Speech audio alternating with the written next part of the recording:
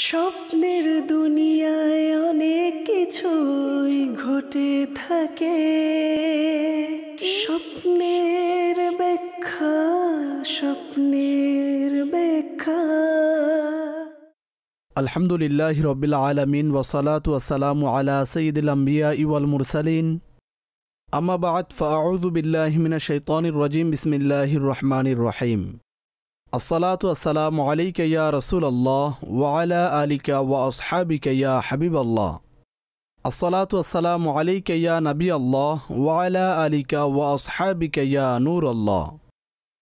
সকল দর্শক শ্রোতাকে পুনরায় আরও একবার স্বপ্নের ব্যাখ্যা অনুষ্ঠানে স্বাগতম জানাচ্ছি। প্রিয় আকা মাদানী ওয়ালে মোস্তফা সাল্লাল্লাহু তাআলা আলাইহি ওয়া আলিহি ওয়াসাল্লামের এই উম্মতের উপর আল্লাহ পাকের অসংখ্য অনুগ্রহ আছে, আর সেসব অনুগ্রহের মধ্যে একটি অনুগ্রহ হল মুসলমান এবং মুমিনের জন্য সত্য ও ইতিবাচক স্বপ্ন। এসব স্বপ্নের মাধ্যমে কখনো আমাদেরকে সুসংবাদ দেয়া হয়, আর কখনো নেকির দাওয়াত দেয়া হয়।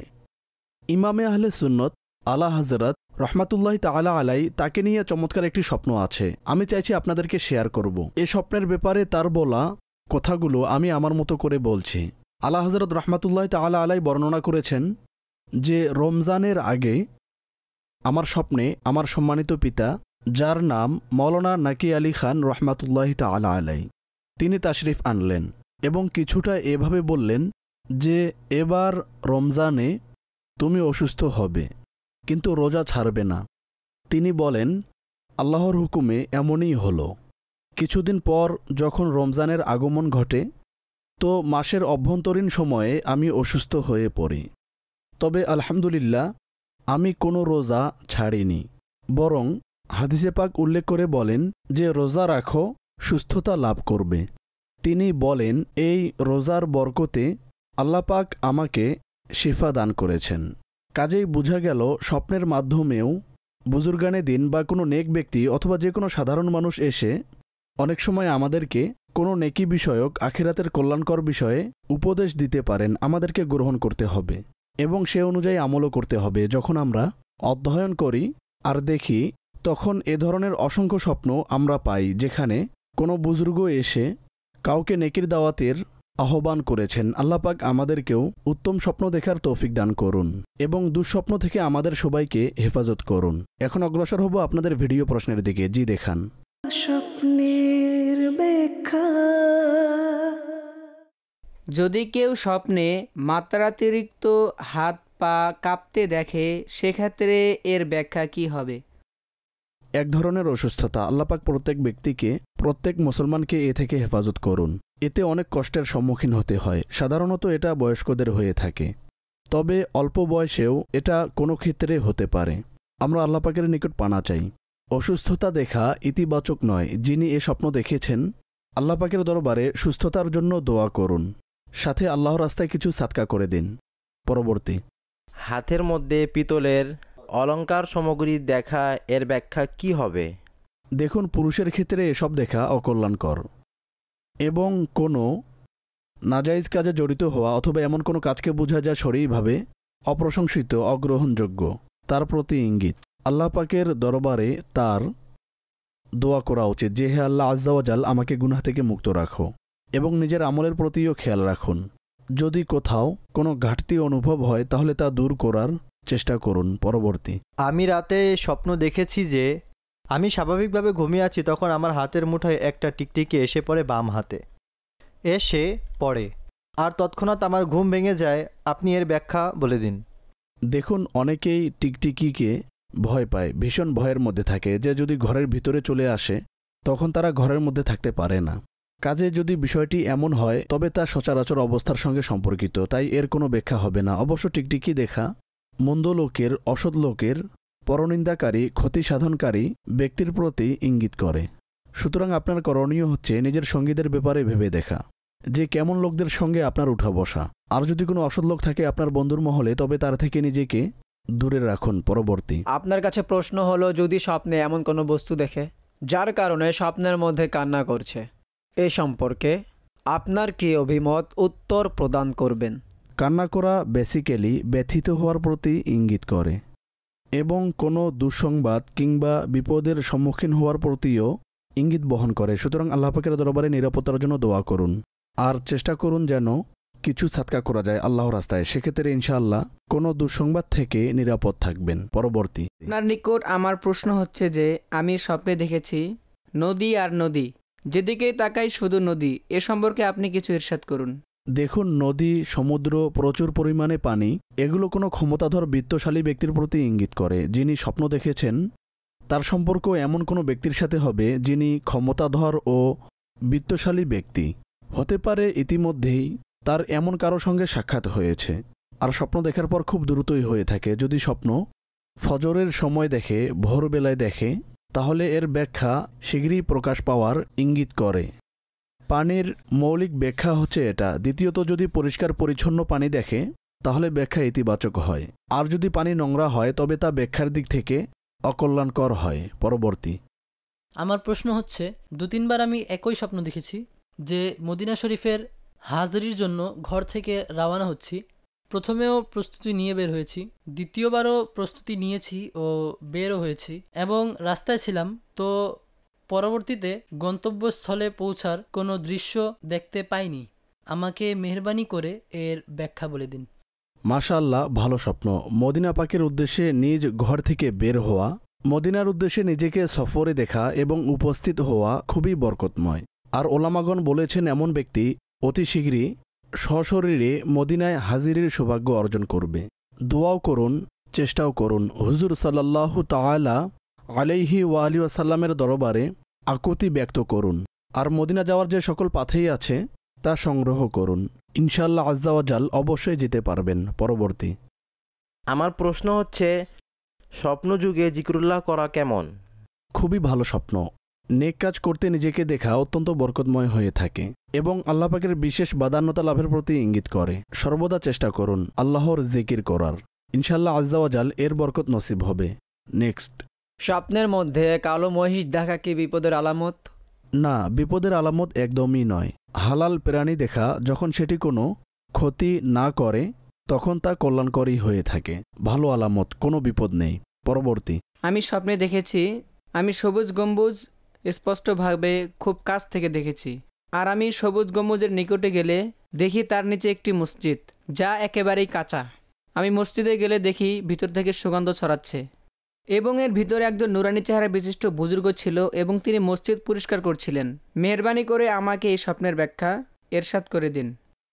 মাশাআল্লাহ, বরকতপূর্ণ স্বপ্ন। সবুজ গম্বুজের জিয়ারত করা এবং মসজিদের জিয়ারত করা, পাশাপাশি কোনো বুজুর্গের জিয়ারত করা তো খুবই বরকতময় স্বপ্ন। তবে সেই বুজুর্গের পরিচয় আপনি উল্লেখ করেননি। অবশ্য মসজিদের জিয়ারত করা নেক কাজে তৌফিক লাভের প্রতি ইঙ্গিত করে। তাছাড়া সবুজ গম্বুজের জিয়ারতও বরকতময়। আল্লাহ পাক বাস্তবেও সবুজ গম্বুজের জিয়ারত নসিব করুন। সেখানে নম্রতার সাথে বারবার উপস্থিতি নসিব করুন। পরবর্তী, আমার প্রশ্ন হচ্ছে আমি লাগাতার গত 3-4 দিন ধরে স্বপ্নে সাপ দেখেছি এবং আজও আমি শুয়েছিলাম সকালে ইশরাক চাষ পড়ার পর। তখনও স্বপ্নের মধ্যে আমি সাপ দেখেছি। সাপকে মারার চেষ্টা করছিলাম কিন্তু মরছিল না। সুতরাং এই বিষয়ে উত্তর প্রদান করুন যে এর ব্যাখ্যা কি হতে পারে। সাপ দেখা অকল্যাণকর, কোনো অসৎ লোক কিংবা ক্ষতি সাধনকারীর প্রতি ইঙ্গিত করে। আল্লাহ পাকের নিকট নিরাপত্তার জন্য দোয়া করুন। আর খুবই ভালো হবে যদি আল্লাহর রাস্তায় কিছু সাদকা করে দেন। আর আপনার চারপাশে এবং আপনার সাহচর্য লাভকারী এবং আপনার যারা বন্ধু আছে তাদের ব্যাপারে ভাবুন যে এ ধরনের কেউ আছে কি যে আপনার ক্ষতি করার চেষ্টা করছে। কাজে আল্লাহ পাকের নিকট নিরাপত্তার দোয়া করুন। ইনশাল্লাহ নিশ্চয়ই সাহায্য আসবে। এই ছিল আমাদের আজকের ভিডিও প্রশ্নসমূহ। এখন অগ্রসর হব আজকের প্রথম সেগমেন্টের দিকে। স্বপ্নের ব্যাখ্যা। আলহামদুলিল্লাহি রব্বিল আলামিন ওয়াসসালাতু ওয়াসসালামু আলা সাইয়্যিদিল আমবিয়া ওয়াল মুরসালিন। আম্মা বা'দ ফাআউযু বিল্লাহি মিনাশ শাইতানির রাজিম। বিসমিল্লাহির রহমানির রহিম। আলহামদুলিল্লাহ, আপনাদের পছন্দনীয় সেগমেন্টে উপস্থিত হয়েছি যার নাম আসুন আপনার সমস্যা বলুন। এখানে বিভিন্ন ইসলামী ভাইয়েরা প্রশ্ন করে থাকেন আর আমরা সেগুলোর উত্তর দেওয়ার চেষ্টা করি। আজও আমাদের সামনে বিভিন্ন প্রশ্ন নিয়ে ইসলামী ভাইরা উপস্থিত হয়েছেন। এটা একটি সংক্ষিপ্ত সেগমেন্ট যা আমরা রেকর্ড করে প্রোগ্রামে যুক্ত করি। সুতরাং দেখব আজ আমাদেরকে কী ধরনের প্রশ্ন করা হয়। স্যার, আমার নাম মোহাম্মদ শাহিদ। আর আমার আপনার নিকট প্রশ্ন হচ্ছে যে সায়েন্সের গবেষণা মতে শিশুদের বাল্যকালে যেসব পড়া কিংবা যে সকল বিষয় মুখস্থ করানো হয় তা তাদের খুব তাড়াতাড়ি মুখস্থ হয়ে যায়। এই মতবাদটির সততা কতটুকু? এছাড়া এই বিষয়েও বলবেন যে ইসলামের ইতিহাসে এমন কোনো দৃষ্টান্ত কি পাওয়া যায় আমাদের নবী করিম সাল্লাল্লাহু সাল্লাল্লাহু আলাইহি তাআলা ওয়াসাল্লাম। আলাইহি সাল্লামের যুগে? মেহেরবানি করে এটাও ইরশাদ করবেন। আমিন। এটা খুবই মৌলিক একটি প্রশ্ন। বস্তুত লার্নিং মোড এটা ডিপেন্ড করে মুখস্থের ক্ষেত্রে। শিশুদের তাড়াতাড়ি মুখস্থের কারণ এটা নয় যে তাদের নিউরন বড়দের তুলনায় বেশি থাকে, বড়দেরও নিউরন আছে। পার্থক্যটা চলে আসে যে বয়স যত বাড়তে থাকে ততই মানব মস্তিষ্কে বস্তুর কৌতূহল অনেকাংশে বাড়তে থাকে। মস্তিষ্কে অসংখ্য বিষয় থাকে। একটি শিশু তার মস্তিষ্কে খেলাধুলা আর মা বাবা ভাই বোন সম্পর্কিত বিষয় থাকে, আর কিছু না। বড়দের ক্ষেত্রে এসব কিছুই তার সাথে থাকে, পাশাপাশি তার ভবিষ্যৎ পরিকল্পনা এবং আরও নানান বিষয় থাকে। সামাজিক পরিবেশের কারণেও প্রভাবিত হয়। কাজেই তাদের মস্তিষ্কে যেহেতু অসংখ্য বিষয় ঘুরপাক করে, সেজন্য তাদের লার্নিং ক্যাপাসিটি কিছুটা দুর্বল হয়ে পড়ে। এমনটি নয় যে শিশুরাই দ্রুত শিখে ফেলে, বড়রাও পারে। নির্ভর করে আমরা আমাদের মস্তিষ্ককে কতটা পজিটিভলি ব্যবহার করি। তবে যেহেতু এ কথাটাও সত্য যে বাচ্চাদের কাছে সময় বেশি থাকে, তাদের চিন্তা করার দক্ষতা ভালো থাকে আর মস্তিষ্কও ভালোভাবে কাজ করে। শিশুদের ক্ষেত্রেও এমন নয় যে প্রতিটা শিশু তাদের প্রত্যেক মুহূর্তে ফাস্ট লার্নিং হয়ে থাকে, বরং শিশুদের ক্ষেত্রেও অধিকাংশ সময় যে তাদের জন্য উপযোগী সময় লার্নিংয়ের কাছে রয়েছে তা অনেক বেশি বেটার হয়ে থাকে। উদাহরণস্বরূপ, একটি বাচ্চা যার সন্ধ্যা 5টা থেকে 6টা পর্যন্ত খেলার সময়, এখন ওই সময়ে আপনি তাকে বসিয়ে কিছু শেখাতে গেলে তো সে ছোট হওয়ার পরও অতি দ্রুত কিছু শিখতে পারবে না, কারণ তার মন খেলাধুলার প্রতি, তার মন অন্য কোথাও মগ্ন আছে। অনুরূপভাবে যদি ঘুমানোর আগে বাচ্চাদের সাথে কোনো কথা বলা হলে বা কোনো কথা বোঝালে, যেমনটা পূর্বের যুগে হতো, এখনও যারা করার করে, যখন ঘুমানোর সময় হয় তখন বাচ্চাদেরকে কোনো গল্প শোনায় কিংবা কোনো শিক্ষণীয় ঘটনা বলে বা এ ধরনের কথা বলে, সেক্ষেত্রে বাচ্চাদের বেশি স্মরণে থাকে। এর কারণ এই নয় যে এটা রাতের সময়, মূলত কারণ হচ্ছে সে এখন ঘুমাতে যাচ্ছে, রিল্যাক্স মুডে আছে, কোনো তাড়াহুড়ো নেই, তার পেটে কোনো খিদে নেই, পড়াশোনানোর চাপ নেই। সুতরাং এই সময়টি তার জন্য খুবই উপযোগী। অনুরূপভাবে এও বলা হয়েছে যে বাচ্চাদেরকে নসিহতের কথা তখন বলা উচিত, যেমন দূরে কোথাও যাচ্ছেন আর বাচ্চা আপনার সঙ্গে আছে, ওই সময়ও নসিহত করুন। এমন কোনো কক্ষে যান যেখানে বাচ্চারা বেশি মনোযোগ দিয়ে শুনবে। ইনশাআল্লাহ এটা অনেক কার্যকরী হবে। আপনি ঘটনা জানতে চেয়েছেন, ঘটনা তো অসংখ্য রয়েছে, সাহাবাদের যুগেও রয়েছে, তাদের পরবর্তী যুগেও রয়েছে। তবে একটি ঘটনা আমি এখানে উল্লেখ করব। হজরত সাহাল তুস্তারি রহমাতুল্লাহ তাআলা আলাই অনেক বড় মাপের ওলি ছিলেন, আর আল্লাহ পাক তাকে অসংখ্য পদ ও মর্যাদা দান করেছেন। তার চারিত্রিক উৎকর্ষতার ক্ষেত্রে তার মামা মোহাম্মদ বিন মোহাম্মদ রহমাতুল্লাহ তাআলা আলাইয়ের অসামান্য প্রচেষ্টা ও অবদান ছিল। আর তার সুশিক্ষার ধরন কেমন ছিল যে একবার হজরত সাহাল তুস্তারি রহমাতুল্লাহ তাআলা আলাই তার মামাকে রাতের সময় দেখলেন যে তিনি সালাতুল লাইল আদায় করছেন। তখন মামা বললেন, বৎস, তুমি তোমার রবকে কেন স্মরণ করছো না? অবুঝ ছিলেন, ছোট ছিলেন, কয়েক বছর বয়স ছিল। তিনি বললেন, আমি আমার রবকে কিভাবে স্মরণ করব? মামা বললেন যে ঘুমানোর আগে যখন তুমি বিছানায় যাবে তখন এই বাক্যগুলো 3 বার পাঠ করে নিবে। সেই বাক্যগুলো কি? আল্লাহু মাইয়া, আল্লাহু নাযিরুন ইলাইয়া, আল্লাহু শাহিদি। এই বাক্যগুলোর সারমর্ম কি? আল্লাহ আমার সাথে আছেন, আল্লাহ আমাকে দেখছেন এবং আল্লাহ আমার সাক্ষী। আল্লাহ তাবারক ওয়া তাআলার রহমতে তিনি এই বাক্যগুলো পাঠ করতেন। মামাকে বললেন যে এগুলো আমি প্রতিদিনই পড়ছি। তখন মামা বললেন, বৎস, এটাকে তুমি এখন 7 বার করে পড়ো। অতপর বললেন 11 বার করে পড়ো। তিনি বললেন যে আমি যতই আমলটি করতে থাকলাম সেই বাক্যগুলোর স্বাদ আমি আমার অন্তরে অনুভব করতে রইলাম। আর আল্লাহ পাকের প্রতি ভরসা ও তার প্রতি আমাদের বিশ্বাস যে আল্লাহ পাক আমাদেরকে দেখছেন, তিনি আমাদের সাক্ষী, তিনি আমাদের সবই জানেন। অতঃপর বললেন, এর সুধা আমি আমার অন্তরে অনুভব করতে রইলাম, এমনকি আমি এর মাধ্যমে অনেক দূর এগিয়ে যাই। আল্লাহ তাবারকা তাআলা তাকে স্বীয় বিলাদাত দ্বারা ধন্য করেন। তাকে শৈশবে মামা যে শিক্ষা দিয়েছেন যে আল্লাহ আমাদের সাথে আছেন, আত্মবিশ্বাস বাড়বে মুসলমানদের হৃদয়ে। আল্লাহ আমাকে দেখছেন, তো গুনাহ থেকে বেঁচে থাকবে, এবং আল্লাহ সাক্ষী আছেন। সেক্ষেত্রে বান্দা নাজাইজ এবং অসৎ কাজ থেকে বিরত থেকে আল্লাহ পাকের ইবাদতের প্রতি মনোনিবেশ করবে। সুতরাং এজন্যই বুজুর্গগণের এই পদ্ধতি ছিল। তাছাড়া পূর্ববর্তী গোল্ডেন বা সোনালি যুগের ব্যাপারে যদি বলি, তখন তারা ঘুমানোর আগে এ ধরনের উপদেশ ও ঘটনা বলতেন। আপনাদেরকেও বলবো, বাচ্চাদের জন্য এবং নিজের জন্যও করুন। যেসব মানুষ সঠিক শিক্ষা ও সমৃদ্ধি চায় তারা ঘুমানোর পূর্বে বই পড়ায় অভ্যস্ত হয়ে থাকে, কেননা ওই মুহূর্তে সে রিল্যাক্স থাকে দুনিয়াবি সকল কাজকর্ম সেরে নেয়ার পর। ওই মুহূর্তে আল্লাহকে স্মরণ করলে, নিজের রবকে স্মরণ করলে, কোনো পজিটিভ কিতাব পড়লে তা ইনশাআল্লাহ অধিক স্মরণেও থাকবে এবং অধিক ফলপ্রসূও হবে। আমার নাম নোমান। আমরা শুনেছি নিদ্রাকে অর্ধমৃত্যু বলা হয়। স্যার, আমাদেরকে বলুন যে নিদ্রা ও মৃত্যুর মধ্যে পারস্পরিক কী সম্পর্ক আছে? জি, নিদ্রা ও মৃত্যুর মধ্যে পারস্পরিক সম্পর্ক আছে, বরং নিদ্রাকে মৃত্যুর স্বতন্ত্র একটি প্রকার বলা হয়েছে। কুরআন ও হাদিসেও এর আলোচনা আমরা পাই। সর্বপ্রথম আসুন শুনে নেই সূরা জুমার এর আয়াত নাম্বার 42।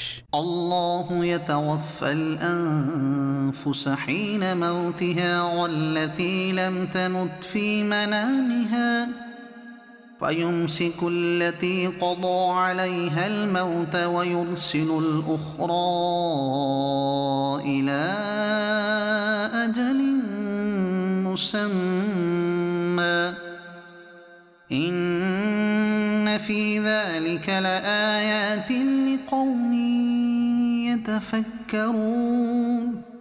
কানজুল ইমানের অনুবাদ: আল্লাহ প্রাণগুলোকে ওফাত প্রদান করেন তাদের মৃত্যুর সময়, এবং যারা মৃত্যুবরণ করে না তাদেরকে তাদের নিদ্রার সময়। অতঃপর যার মৃত্যুর নির্দেশ দিয়েছেন সেটাকে রুখে রাখেন এবং অপরটাকে এক নির্দিষ্ট মেয়াদকাল পর্যন্ত ছেড়ে দেন। নিশ্চয়ই এতে অবশ্যই নির্দেশনাদি রয়েছে চিন্তাশীলদের জন্য। এই আয়াতে কারিমা এবং এর অনুবাদ থেকেও আমরা কিছু নির্দেশনা পাই। হাদিসে পাকের মধ্যে আল্লাহর প্রিয় হাবিব সর্বশেষ নবী সাল্লাল্লাহু আলাইহি ওয়াসাল্লাম ইরশাদ করেছেন, আন নাওমু আখুল মাউতি, অর্থাৎ নিদ্রা হচ্ছে মৃত্যুর ভাই। এর মাধ্যমেও নিদ্রা ও মৃত্যুর সম্পর্ক স্পষ্টভাবে বোঝা যায়। অনুরূপ কোরআনে মাজিদ ফুরকানে হামিদের মধ্যেও আল্লাহ পাক ইরশাদ করেছেন, ওয়াহুয়াল্লাযী ইয়াতাওয়াফাকুম বিল্লাইলি। এখানেও নিদ্রা ও মৃত্যুর পারস্পরিক সম্পর্ক উল্লেখ করা হয়েছে। নির্দিষ্ট সীমা পর্যন্ত কিংবা একটি ক্ষেত্রে আমরা নিদ্রাকে মৃত্যু দ্বারা ব্যাখ্যা করে থাকি। তবে যথারীতি মৃত্যু, প্রকৃতপক্ষে মৃত্যু যে শরীর থেকে রুহের বিচ্ছেদ ঘটা, একেবারে পৃথক হয়ে যাওয়া, তা স্বাভাবিকভাবেই ভিন্ন বিষয়। নিদ্রা ও মৃত্যুর মধ্যে আরেকটি সম্পর্ক আছে, তা হলো মানুষ যখন ঘুমাতে যায় তার মাথায় এই ভাবনাই থাকে যে আমি যদি ঘুমিয়ে যাই তাহলে আমার বাহ্যিক যে ইন্দ্রিয় শক্তি রয়েছে তা কাজ করবে না। মানুষ ঘুমের মধ্যে তার অঙ্গ প্রত্যঙ্গ এবং ইন্দ্রিয় সম্পর্কিত যে সব বিষয় আছে তা ব্যবহার করতে পারে না যেভাবে জাগ্রত অবস্থায় ব্যবহার করে। এজন্যই নিদ্রাকে মৃত্যুর স্বতন্ত্র একটি প্রকার বলা হয়েছে। প্রিয় আকা সাল্লাল্লাহু তাআলা আলাইহি ওয়াসাল্লাম আমাদেরকে এই শিক্ষা প্রদান করেছেন যে যখন তোমরা ঘুমাতে যাবে তখন নিজের মৃত্যুকে স্মরণ করো, কেননা জানি না আমরা উঠতে পারবো কি পারবো না। আর এর রেফারেন্স ওই সমস্ত দোয়া যেগুলো আমাদেরকে শোয়ার সময় পড়ার জন্য বলা হয়েছে। একজন মানুষ দৈনিক দু ধরনের জীবনযাপন করে, একটি বাহ্যিক জীবন যা সে উপলব্ধি করে, আর অন্যটি হলো যখন সে ঘুমিয়ে পড়ে। সেখানে 6 ঘন্টা 8 ঘন্টা যতক্ষণই সে ঘুমে ব্যয় করে সে থাকে জীবিত, কিন্তু তার ওই জীবন এই বাহ্যিক জীবনের চেয়ে একটু ভিন্ন রকম হয়ে থাকে। অনুরূপভাবে যখন আমরা জাগ্রত হই তখন আমাদেরকে যে দোয়া শিক্ষা দেয়া হয়েছে সেখানেও নিদ্রা ও মৃত্যুর সম্পর্ক ফুটে ওঠে। আলহামদুলিল্লাহিল্লাযী আহইয়ানি বা'দা মা আমাতানি ওয়া ইলাইহিন নুশুর। আল্লাহ পাকের বান্দা শুকরিয়া জ্ঞাপন করে, তার গুণ কীর্তন করে বলে, হে আল্লাহ, তোমার শকর এবং তোমার জন্যই প্রশংসা, কেননা তুমি আমাকে মৃত্যুর পর পুনরায় জীবিত করেছ। অর্থাৎ মানুষ ঘুমানোর পরে পুনরায় জাগ্রত হয়। কাজেই যখন ঘুমাতে যাবেন তখন এটা ভাবুন যে আমি নাও উঠতে পারি, আর যখন উঠে যাবেন তখন আল্লাহ তাআলার পুনরায় জীবন লাভের ফলে এবং পূর্বের চেতন সম্পন্ন জীবন ফিরে পাওয়ার জন্য শুকরিয়া আদায় করুন। আর এমন অসংখ্য ঘটনাও আছে যে মানুষ রাতে ঘুমাতে গিয়েছে এবং সকালে যখন তাকে জাগাতে গেল তো দেখা গেল সে চিরজীবনের জন্য ঘুমিয়ে পড়েছে।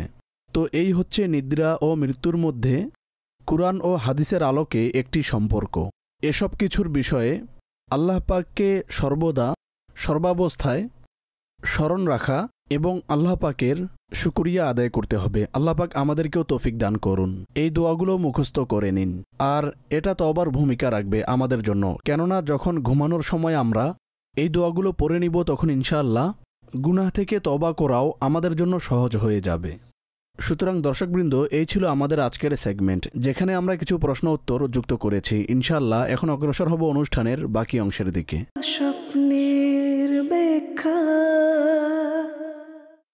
ওয়েলকাম ব্যাক দর্শকবৃন্দ, আরও একবার স্বাগতম জানাচ্ছি আপনাদেরকে এই অনুষ্ঠানে। যেহেতু এই সেগমেন্টটি বিশেষভাবে ওই সমস্ত দর্শকদের জন্য, ওই সমস্ত কলারদের জন্য যারা আমাদেরকে তাদের অডিও কলের মাধ্যমে নিজেদের প্রশ্ন পাঠিয়েছেন। এখন দেরি না করে অগ্রসর হব আজকের অডিও প্রশ্নের দিকে এবং দেখব যে আজ আপনারা আমাদের নিকট কোন ধরনের প্রশ্ন ও স্বপ্নের ব্যাখ্যা জানতে চান। জি শুনান। আমি স্বপ্ন দেখেছি আমার মা ইন্তেকাল করেছেন। আমাকে মেহেরবানি করে এ স্বপ্নের ব্যাখ্যা বলে দিন। যদি আপনার মা জীবিত থাকেন তবে আমরা দোয়া করি যে আল্লাহ পাক তাকে সুদীর্ঘ নেক হায়াত দান করুন। দেখুন, মৃত্যু দেখলে এটা আবশ্যক নয় যে কারো মৃত্যু ঘনিয়ে আসার খবর দিচ্ছে। অনেক ক্ষেত্রে কোনো পেরেশানিতে থাকলেও এ ধরনের স্বপ্ন দৃষ্ট হয়। এক্ষেত্রে তার জন্য দোয়া করা উচিত যদি ওই ব্যক্তি জীবিত থাকে যাকে আপনি স্বপ্নে দেখেছেন। দ্বিতীয়ত, সতর্ক থাকা উচিত যেন এ স্বপ্নের কথা তার কানে না পৌঁছায়। তাকে বললে হয়তো সে দুশ্চিন্তায় পড়ে যাবে, সেক্ষেত্রে এটা কল্যাণকর হবে না। তার জন্য দোয়া করুন। আর যদি পূর্বেই কেউ মৃত্যুবরণ করে আর আপনি তাকে স্বপ্নে দেখেছেন যে সে ইন্তিকাল করেছে, সেক্ষেত্রে তা এমন একটি বিষয় যা সংঘটিত হয়ে গেছে।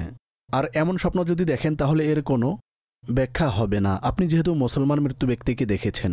সুতরাং তার জন্য ইসালে সওয়াব করুন, কিছু সাদকা করুন, যেহেতু তাকে স্বপ্নে দেখেছেন।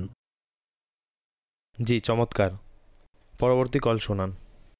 আমার প্রশ্ন হচ্ছে, আমার চাচি স্বপ্ন দেখেন তার স্বামী যিনি 2 বছর পূর্বে ইন্তেকাল করেছেন, তিনি তাকে দেখেছেন যে হজ করার জন্য যাচ্ছেন।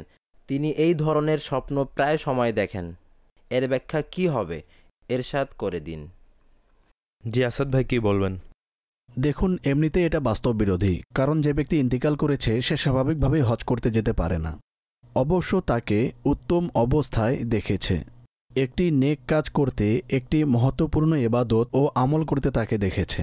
তো এর দ্বারা ভালো কিছুই হবে, যা ইনশাআল্লাহ তিনি ভালো অবস্থায় আছেন। তার জন্য দোয়াও করুন, ইসালে সাওয়াবও করুন। অবশ্য এই স্বপ্নটি সান্ত্বনা স্বরূপ মৃত্যের আত্মীয়দের জন্য। ইনশাআল্লাহ তিনি ভালোই আছেন। জি পরবর্তী কল। স্বপ্নে অধিকারে ছোট বাচ্চা দেখি। দ্বিতীয়ত হলো রাতের স্বপ্নে বিভিন্ন জায়গা দেখি, নতুন নতুন জায়গা দৃষ্ট হয়। জি আসাদ ভাই, বাচ্চা ও জায়গা, এটা কাল্পনিক কিছু মনে হচ্ছে।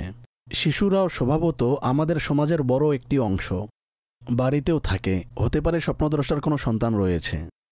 কাজেই এটা নিয়মতান্ত্রিক একটি বিষয়। নতুন জায়গা কেমন দেখেছেন, সেখানে আপনার কোনো সফরের ইচ্ছা আছে কিনা, বা হতে পারে কোনো কন্ট্রাকশনের কাজ আছে, ফলে নতুন জায়গা দেখেছেন। সুতরাং এতে কিছু ডিটেল প্রয়োজন আছে, তখনই কিছু বলা যাবে। আপনি যে দুটি জিনিসের কথা উল্লেখ করেছেন তা খুবই সাধারণ বিষয়, দৈনন্দিন সম্পর্কিত। সুতরাং এমন বিষয়াদি স্বপ্নে দেখলেও এর কোনো ব্যাখ্যা হয় না। ঠিক আছে, বিষয়টি ক্লিয়ার হয়ে গেছে। পরবর্তী কল। হুজুর, আমি স্বপ্নে সাদা কবুতর দেখেছি এবং সাদা কবুতর আমার কাছে এসে কিছু একটা বলছিল। সেই কথাগুলো আমার স্মরণ নেই। আমার সঙ্গে কিছু রুহানি বিষয়াদি ঘটছে আর সেই কবুতর ওই রুহানি বিষয়ে আমার সঙ্গে কথা বলছিল। মেহেরবানি করে আমাকে এর ব্যাখ্যা বলে দিন।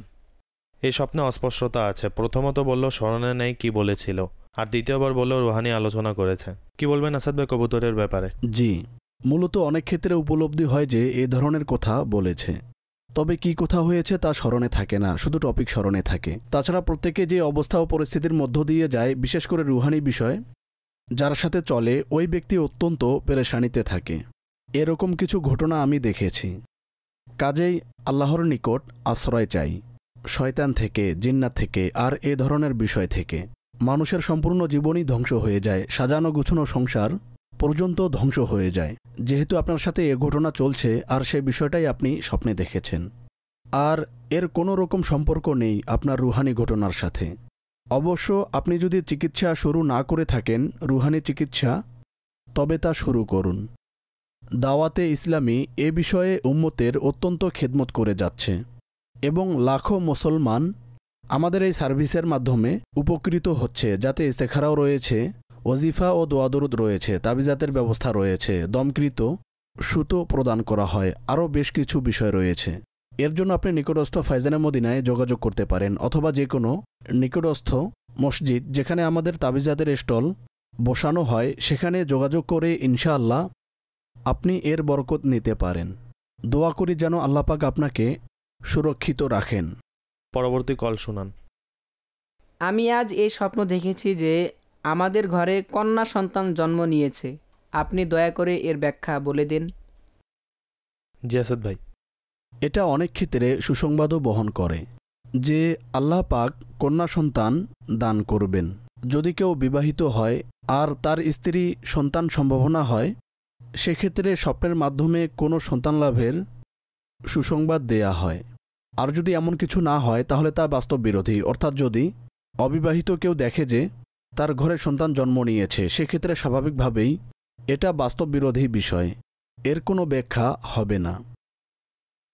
ঠিক আছে, পরবর্তী কল শুনান।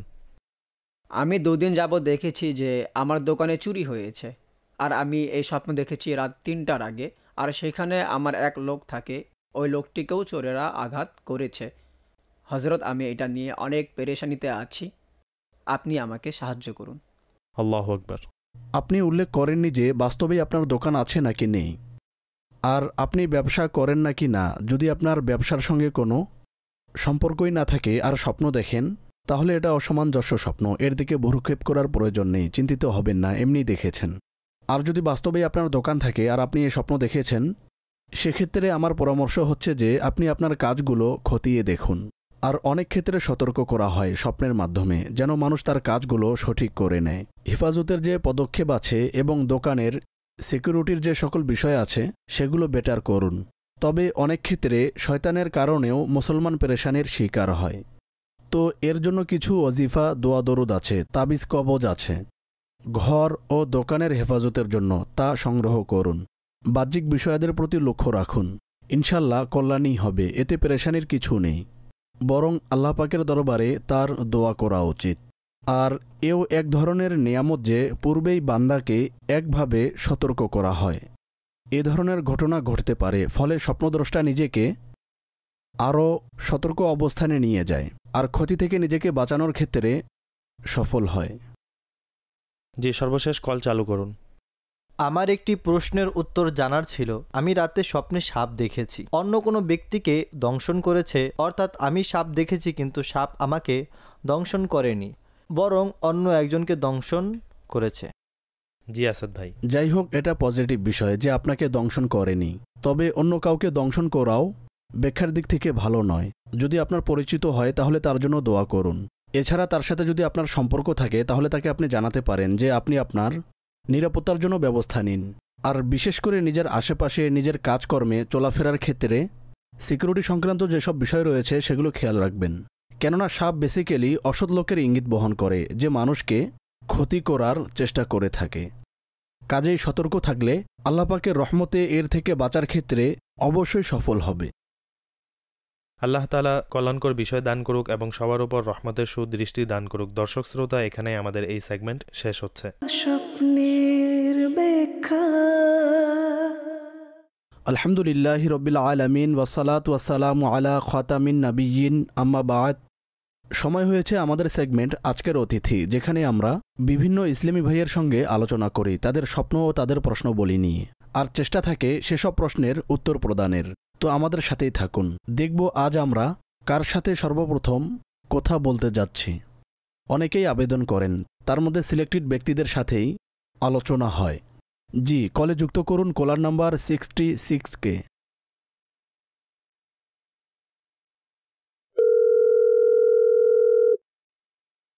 কে কথা বলছেন?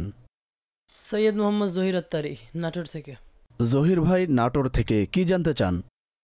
প্রথমত আমি দেখেছি যে আমাদের যে পৈতৃক বাড়ি আছে জি। এর আঙ্গিনায় আমি দাঁড়িয়ে আছি। আচ্ছা।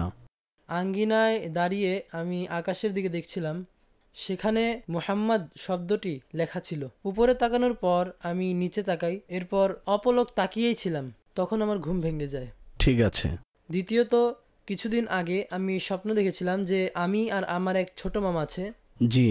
তো আমরা যেভাবে এয়ারপোর্টের পাশে হোটেল থাকে না, জি। লবি বা দরদালানে আমরা বসে গল্প করছিলাম। আচ্ছা। সেখানে আমাদের হাতে পাসপোর্ট সাইজের কাগজ আছে না, তা ছিল। জি জি, ঠিক আছে।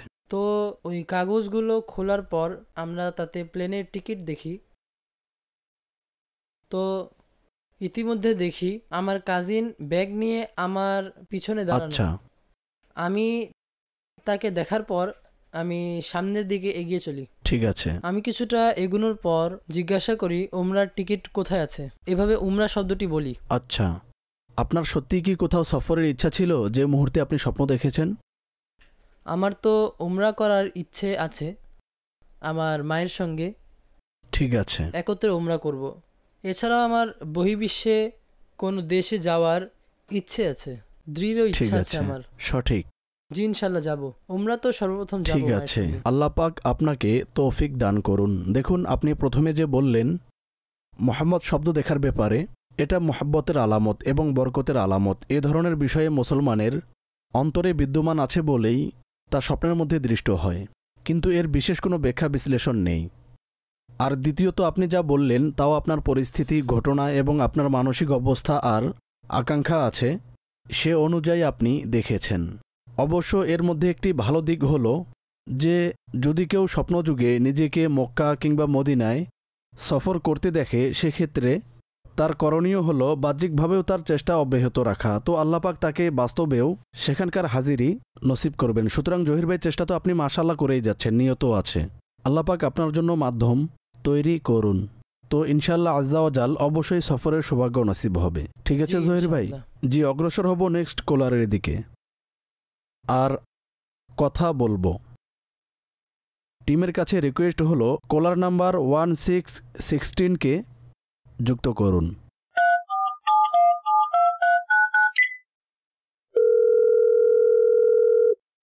আসসালামু আলাইকুম ওয়া রাহমাতুল্লাহি ওয়া বারাকাতু। ওয়ালাইকুম আসসালাম হুজুর, আমি আসিফ বলছি। জি আসিফ ভাই, কোত্থেকে বলছেন? আমি খুলনা থেকে বলছি। জি, কি ব্যাখ্যা জানতে চান? আমার এই প্রশ্ন জানার ছিল যে আমার গৃহিণী স্বপ্নে দেখেছে যে সে জি। নিজের ঘরে যাচ্ছিল এবং যেতে যেতে রাস্তা হারিয়ে ফেলে। আচ্ছা, জি, এর কি ব্যাখ্যা হবে? স্বপ্ন ছাড়া বাস্তবেও কি তিনি একাকী বের হন এবং রাস্তা ভুলে যান? না না, এমন না, এমন কখনো হয়নি, আর সে একাকী বেরো হয় না। সঠিক। বাস্তব বহির্ভূত স্বপ্ন এমনিতেই চলে আসে, তো এর কোনো ব্যাখ্যা করা হয় না। আচ্ছা, তো এটাকে সিরিয়াস নেয়ারও কিছু নেই, এমনিতেই অনেক ক্ষেত্রে স্বপ্ন চলে আসে, পেরেশান হওয়ার কিছু নেই। ঠিক আছে আসিফ ভাই? এরপর থেকে তার শরীর ভালো থাকে না, এমনকি হঠাৎ কাউকে দেখে ভয় পেয়ে যায়, আর স্বপ্ন স্মরণে থাকে না। আচ্ছা, এটা কাকতালীয় হবে যে শরীর এরপর অসুস্থ হয়ে পড়েছে। তবে স্বপ্নের কারণে মস্তিষ্ককে এমন বোঝা চাপাবেন না যে না জানি কেমন স্বপ্ন, এসব ভেবে অনর্থক নিজের উপর চাপিয়ে নেবেন না তেমন কোনো নেতিবাচক মেন্টালিটি বা দুশ্চিন্তাকে। ইজি থাকুন, তাছাড়া শরীর অন্য কোনো কারণেও খারাপ হতে পারে। জি, ঠিক আছে। আলহামদুলিল্লাহ, আমরা দুজন ইসলামী ভাইয়ের সঙ্গে কথা বলেছি এবং তাদের প্রশ্নগুলোকে অনুষ্ঠানে যুক্ত করেছি, আপনারাও এতক্ষণ পর্যন্ত দেখেছেন। এখন অগ্রসর হব অনুষ্ঠানের বাকি অংশের দিকে। স্বপ্নের ব্যাখ্যা। ওয়েলকাম ব্যাক দর্শক শ্রোতা, স্বাগতম জানাচ্ছি। আর ইনশাআল্লাহ এখন আমরা এই সেগমেন্টে আপনাদের বার্তাসমূহ, আপনাদের যে সকল কমেন্ট আমাদের কাছে সোশ্যাল নেটওয়ার্কের মাধ্যমে এসে পৌঁছেছে সেগুলো যুক্ত করব। সর্বপ্রথম একজন ইসলামী বোন প্রশ্ন করেছেন, তিনি লিখেছেন যে স্যার, আমি স্বপ্নে খরগোশ দেখেছি এবং আমি সেটিকে আদর করছিলাম, এই হলো তার স্বপ্ন, কি বলবেন এই ব্যাপারে? হতে পারে তিনি খরগোশ পছন্দ করেন। কিছু প্রাণীর প্রতি মানুষ অনুরাগী এবং অন্তর সেগুলোর প্রতি ধাবিত থাকে, দেখতে ভালো লাগে। সুতরাং যদি কারণ এটি হয় যে খরগোশ পালনের শখ আছে, দেখতে ভালো লাগে, সেক্ষেত্রে তা দৈনন্দিন ঘটনার প্রতিচ্ছবি, এর বিশেষ কোনো ব্যাখ্যা নেই। ঠিক আছে, আকবর আলী শেখ সাহেব তিনি আমাদের নিকট প্রশ্ন করেছেন, স্যার স্বপ্নে দেখেছি যে পানির অনেক বড় একটি জলোচ্ছ্বাস এসেছে এবং আমি দেয়ালের সঙ্গে রশির মধ্যে ঝুলন্ত অবস্থায় দেখেছি। দেয়াল ভেঙে পড়ার উপক্রম হলে এই ভয়ে আমার ঘুম ভেঙে যায়। স্যার এর কি ব্যাখ্যা হতে পারে? জলোচ্ছ্বাস দেখা এটা মুসিবত, বিপদ আপদ, প্রতিকূল অবস্থার সম্মুখীন হওয়ার আলামত বহন করে। জলোচ্ছ্বাস দেখা কিংবা ভূমিকম্প দেখা এ ধরনের যে সকল প্রতিকূল অবস্থা অনুরূপভাবে তুফান, তো হতে পারে স্বপ্নদ্রষ্টাকে কোনো বিপদের সম্মুখীন হতে হবে। এক্ষেত্রে দুটি বিষয় আমি উল্লেখ করব। প্রথমত হচ্ছে নিজের যে সকল কাজকর্ম আছে সেগুলো আরও ভালোভাবে করার চেষ্টা করুন এবং বাহ্যিক ক্ষেত্রগুলোও দেখে নিন যে কোন কোন বিষয় বিপদের কারণ হতে পারে, তা থেকে নিজেকে দূরে রাখুন এবং আল্লাহ পাকের দরবারে দোয়াও করুন, আল্লাহর রাস্তায় কিছু সাদকাও করুন। ইনশাআল্লাহ বিপদ আপদ থেকে সুরক্ষিত থাকবেন। খান রানা সাহেব তিনি আমাদের কাছে জানতে চেয়েছেন যে স্যার স্বপ্নে যোগে দই কালো হতে দেখা কেমন, এর ব্যাখ্যা কি হতে পারে? অকল্যাণকর স্বপ্ন। আপনার যে মাধ্যম রয়েছে উপার্জন এবং আয়ের, সেগুলো নিয়ে ভেবে দেখুন এসব ক্ষেত্রে কোনো ত্রুটি বিচ্যুতি আছে কি না। যদি এতে সঠিকভাবে কোনো ভুল পরিলক্ষিত হয় তাহলে তা দূর করুন। বাবাজানের লাশ স্বপ্নে দেখেছি, এ সম্পর্কে কি বলবেন? যদি তিনি মৃত হন তবে স্বভাবতই যে দৃশ্য আপনার সামনে ঘটেছে তা আপনার স্বপ্নের মধ্যে ভেসে উঠেছে, বিশেষ কোনো ব্যাখ্যা নেই। দোয়া করুন, ইসালে সাওয়াব করুন। আর যদি বাবা জীবিত থাকেন সেক্ষেত্রেও এটা আবশ্যক নয় যে এটা তার মৃত্যুর আলামত। সুদীর্ঘ নেক হায়াতের জন্য দোয়া করুন। ঠিক আছে স্যার, এটা জানতে চাইছি যে সাদা রঙের ফুলের কিছু তোড়া আর আমার ঘরের প্রতিটা কক্ষে আমার ঘরের চারিদিকে ছড়িয়ে আছে, তিনি এটা দেখেছেন স্বপ্নে, কি বলবেন? ভালো স্বপ্ন, মাশাআল্লাহ। খুশির সংবাদ পৌঁছার আনন্দঘন মুহূর্ত লাভের প্রতি এটা ইঙ্গিত করে। আর ভালো স্বপ্ন যখনই দৃষ্ট হবে আল্লাহ পাকের শুকরিয়া আদায় করা উচিত, কেননা ভালো স্বপ্ন আল্লাহ পাকের পক্ষ থেকে মুমিন বান্দার জন্য নিয়ামত স্বরূপ হয়ে থাকে। স্বপ্নের মধ্যে বন্ধু ও পরিবারবর্গকে আমার প্রতি অসন্তুষ্ট দেখেছি, কি বলবেন এই বিষয়ে? আবশ্যক নয় যে তারা অসন্তুষ্ট হবে, অবশ্য স্বপ্নের মাধ্যমে সতর্কও করা হয়। তাকে ভাবা উচিত এমন কোনো বিষয় তো নেই যার কারণে আমি আমার স্বজনদেরকে বা বন্ধুদেরকে অসন্তুষ্ট করে ফেলছি, তো সেসব বিষয় থেকে আপনি নিজেকে দূরে রাখুন। সবাই জানি আত্মীয়তার সম্পর্ক বজায় রাখা ওয়াজিব মুসলমানদের উপর। বন্ধুদের সঙ্গে চলতে ফিরতে শরীয়তের গণ্ডির মধ্যে থেকে আমাদের যে বন্ধুত্বপূর্ণ সম্পর্ক তার যে সীমারেখা আছে এর প্রতি খেয়াল রাখাও জরুরি, এটা ভালো বিষয়। সুতরাং আমাদেরকে সম্পর্কের প্রতি খুব বেশি মনোযোগী হতে হবে। স্যার স্বপ্নে মিষ্টি দেখা এটা কেমন? ভালো বিষয়। যদি কেউ মিষ্টি অনেক পছন্দ করে আর সে স্বপ্নযোগে মিষ্টি দেখে সেক্ষেত্রে তো এর ব্যাখ্যা হবে না, কেননা সে তার পছন্দনীয় বা আকর্ষণীয় বস্তুকে স্বপ্নে দেখেছে। অবশ্য যদি এমন না হয়, অন্যান্য সবার মতো সবাই যেমন মিষ্টি সাধারণত পছন্দ করে তেমন পছন্দ করে, সেক্ষেত্রে এটি খুশির আলামত, কোনো ভালো সংবাদ লাভ করার এবং উদ্দেশ্য সফল হওয়ার প্রতি ইঙ্গিত বহন করে। কাজেই আল্লাহ পাকের ভালো স্বপ্ন দেখার ভিত্তিতে কৃতজ্ঞতা জ্ঞাপন করা উচিত। নবী পাক সাল্লাল্লাহু আলাইহি ওয়া আলিহি ওয়াসাল্লামের নুরানি কবরকে কাছ থেকে জালির মাধ্যমে দেখা অবস্থায় স্বপ্নে নিজেকে দেখা কেমন? মাশাআল্লাহ, অত্যন্ত বরকতময়। আল্লাহ তাআলার মাহবুব সর্বশেষ নবী সাল্লাল্লাহু তাআলা আলাইহি ওয়া আলিহি ওয়াসাল্লামের নুরানি কবরের জিয়ারত, এটা শাফাআত ও মাগফিরাত লাভের আলামত। আল্লাহ পাক স্বপ্নদ্রষ্টাকে এ দুটি নিয়ামত দ্বারা ধন্য করবেন। তো খুবই চমৎকার স্বপ্ন, দরুদ শরীফ অধিকারে পড়ুন এবং আল্লাহ পাকের কৃতজ্ঞতা জ্ঞাপন করুন। স্যার স্বপ্নের মধ্যে সিস্টারকে আত্মহত্যা করতে দেখেছি এবং নিজেকে তার জানাজায় কান্না করতেও দেখেছি, কি বলবেন এই ব্যাপারে? দেখুন, এক্ষেত্রে ডিটেলস প্রয়োজন ছিল। অর্থাৎ যদি এমন কোনো ফ্যামিলি হয় যেখানে এমন কোনো পরিস্থিতি নেই, বাহ্যিক কোনো ইস্যু নেই, সেক্ষেত্রে এটা শয়তানের পক্ষ থেকে, এর দিকে মোটেও ভ্রুক্ষেপ করবেন না এবং ভাবারও কোনো প্রয়োজন নেই।